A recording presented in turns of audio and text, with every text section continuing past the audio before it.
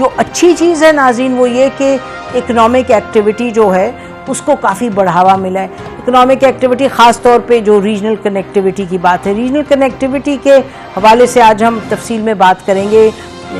مصدق ملک صاحب سے, minister of state for پیئم ہیں, اس پہ بھی ناظرین یہ آپ کو بتاتے چلیں اس حوالے سے بھی کافی تنقید ہو رہی ہے. ایک طرف لوگ کہہ رہے ہیں جی بڑی اچھی بات ہے کہ چاہے آپ بات کریں رشیا کی, چاہے چائنا کے ساتھ بہتر طریقے کی طرف بڑھ رہے ہیں تعلقات, اور چاہے تاجکستان کے ساتھ اگریمنٹس ہو رہی ہیں, اور دوسری طرف دیکھیں گلف سٹیٹس کے ساتھ یقینی طور پہ بڑی تیزی پکڑی ہے اکنامک پارٹنرشپ کے حوالے سے.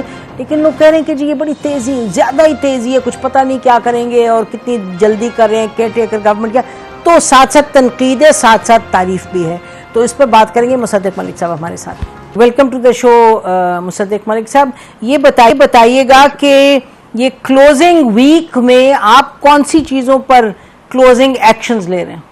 دیکھیے, میں آپ کو پہلے تو وہ بتاتا ہوں جو چیزیں ہو چکی ہیں. پہلے امیر اور غریب کا اس 14 سے 15 مہینے میں ٹیرف علیحدہ کر دیا گیا. یعنی امیر جو شخص ہیں یا جو ہاؤس ہولڈز ہیں وہ تقریباً اسی اماؤنٹ آف گیس کے دگنے سے زیادہ پیسے دیتے ہیں اور غریب کم دیتا ہے. پہلے تو یہ کیا. دوسرا, ہم نے اپنے ویل ہیڈ یعنی ہمارے اپنے جو کنویں ہیں ان کا سرکولر ڈیٹ ختم کر دیا. تیسرا, ہم نے یہ کیا کہ سستا جو روسی تیل ہے اس کا معاہدہ کیا. نہ صرف معاہدہ کیا, اس کی شپنگ لائنز, اس کی انشورنس, اس کی ٹرانزیکشن کا سٹرکچر, وہ کس کرنسی میں ہوگا, اسٹیٹ بینک سے کیسے اجازت ملے گی روس کے ساتھ ٹریڈ کرنے کی, وہ تمام معاملات نہ صرف طے کیے بلکہ وہ تیل آ بھی گیا اور اب وہ پروسیس بھی ہو رہا ہے PRL میں اور تقریباً ہو چکا ہے. اس کے علاوہ ہم نے ابھی ڈیل سائن کی آذربائیجان سے, جس میں جس طرح ہم سستا تیل لے کر آ رہے ہیں روس سے, اب ہم آذربائیجان سے سستی LNG لے کر آیا کریں گے ہر مہینے ایک کارگو.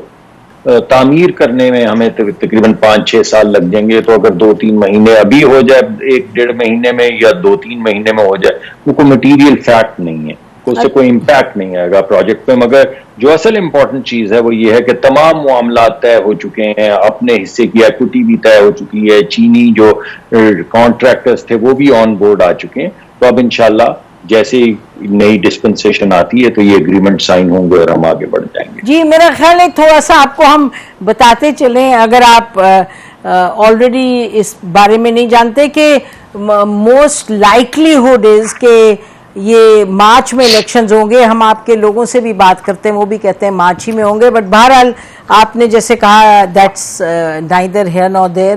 آپ کے حوالے سے مجھے بتائیے کہ اسپیشل انویسٹمنٹ فیسیلیٹیشن کاؤنسل کا مصدق ملک صاحب اس طرح جیسے پروجیکٹ میں کوئی رول ہوگا؟ دیکھیے, ان تمام پروجیکٹس میں ہمارے ہاں پرابلم کیا ہوتی ہے کہ بعض مرتبہ زمین جو ہے وہ سندھ کی حکومت کی ہوتی ہے, کچھ اجازت پورٹ سے لینی ہوتی ہے, کچھ اجازتیں انوائرمنٹ سے لینی ہوتی ہیں, کچھ وفاق کی ریکوائرمنٹس ہوتی ہیں, کچھ صوبوں کی ریکوائرمنٹس ہوتی ہیں, کچھ تحصیل اور ڈسٹرکٹ لیول ریکوائرمنٹ ہوتی ہیں. اب باہر سے جو ایک انویسٹر آتا ہے وہ تو پاکستان میں آ کے خار ہو جاتا ہے نا, اسے تو اس بات سے غرض نہیں ہے کہ 18ویں تدبیر کے بعد کس کس کے پاس کیا کیا طاقت ہے. یہ جو ایسا یہ جو فیسیلیٹیشن کا ایک فریم ورک بنایا گیا ہے اور تنظیم اس کی بنائی گئی ہے, اس میں ہوگا یہ کہ ہر سطح پہ امپلیمنٹیشن کی لیول پہ پروونسز اور ڈسٹرکٹ حکومت کے اراکین بھی شامل ہوں گے. اگر سیکیورٹی کے معاملات ہیں تو ہماری جو سیکیورٹی ایجنسیز ہیں ان کے اہلکار بھی اس میں شریک ہوں گے. پھر اس کے بعد ایک ایگزیکٹو لیول ہے جس میں وفاقی تمام جو سیکرٹریز ہیں اور پروونشل تمام سیکرٹریز موجود ہوں گے. پھر اس کے بعد ایک ایپیکس کمیٹی ہے جس میں پرائم منسٹر جس کو ہیڈ کریں گے اور اس میں chief of the army staff بھی ممبر ہوں گے.